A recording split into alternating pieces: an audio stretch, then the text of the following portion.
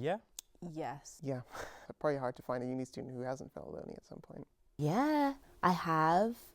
Yes. In aspects, yes. Probably when I started university, like, again, being by yourself for the first time. At the start of uni, I felt very lonely. Obviously, I've come to a new place. I didn't really come knowing much people, so I was just kind of worried about, like, am I going to make friends? Not like a constant feeling. I think it like ebbs and flows. Mostly when I feel like isolated or alone, sometimes like, like before I go to sleep, or when I have like no distractions and I'm just like left with myself to think. Loneliness, especially in first year, was a big thing because like friends don't just come to you. You actually have to make an effort and like go out there. And like I've always had a hard time putting myself out there. It's always important to have friends around you so that when you do have those, depressing thoughts, etc., it doesn't lead to the wrong outcome. So I wouldn't say really from my experiences, but from things you hear in the news, again, it's good to have people around you and to have a good, unit. I think it is really easy to be isolated in such a big place. One of the reasons why I chose to come to Warwick specifically was because it's a campus-based uni, so it's like everything is in one location. Since coming to university, I felt less isolated because growing up in the countryside, I was like physically separated away from my friends and wasn't like able to access them. But now since coming to university and being lucky to have people come from my sixth form to the same university, I'm like closer to my friends now than I ever have been. So I've actually felt less lonely since coming to university. But there is other things like I'm separated away from my siblings, my parents, and I do miss them, and that can make me feel isolated.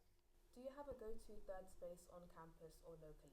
My go-to third space would be the library. The library. The library, the fab, the university house. Curiosity is a really good space as well. Being in that sort of cozy, warm environment with those chairs and those tables, I think it's quite a familiar, nice space. Do you recognize any parasocial relationships you might have in your own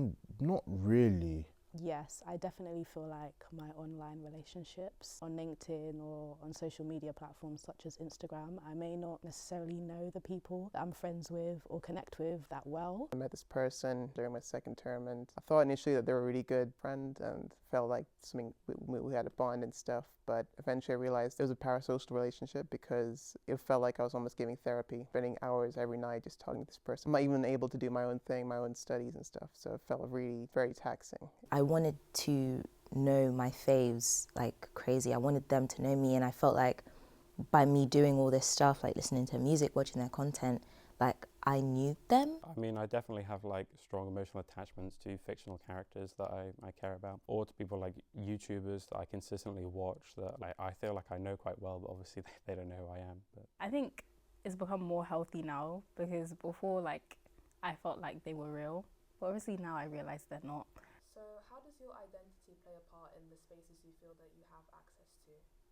So at uni, when I was considering joining societies, I definitely took into account like my identity, obviously being a black woman as well. I knew that there was certain spaces I may not be welcomed in or feel really comfortable in. So that kind of led me to stick to familiar places that I know, such as like ACS, where I knew that there were other black people there and I felt like I can really relate and connect with them. But I definitely feel like some societies may not be as welcoming to other people, even though they're meant to be. Like there's sometimes like cliques or they're not really as open to welcoming you, so it kind of just makes you think, well, if I'm not welcome, then I might as well just find somewhere else.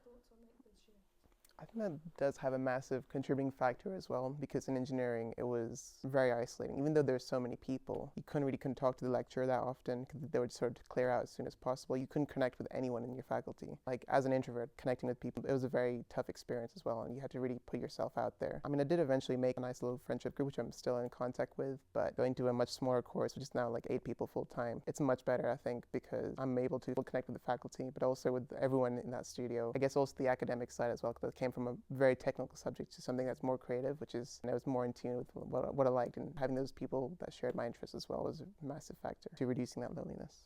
I definitely feel that universities can do more to make students feel welcome. I know that they've got a duty of care and protection, but that really does start within as well. If they're not really as attentive to how students are feeling and the struggles that they're having, especially with loneliness and making friends, then that kind of does impact the well-being of other people. I feel like societies as well, you can't really promote yourself as a society that's open for all if you're not going to take certain people, or you might treat them, you know, differently, be dismissive to them. So I think certain societies can really think about why they're there in the first place and maybe change their approach and how they deal with other people. I feel like to tackle loneliness, it can start really simple, like maybe just saying hi to people, remembering people's names and just smiling to them, because at the end of the day, university is a big place and we all have our own different experiences and we all don't know what other people are going through. So if we can kind of just come together as a community, like how we present ourselves to be, then I feel like we can have a lot more open discussions about loneliness and how people are feeling.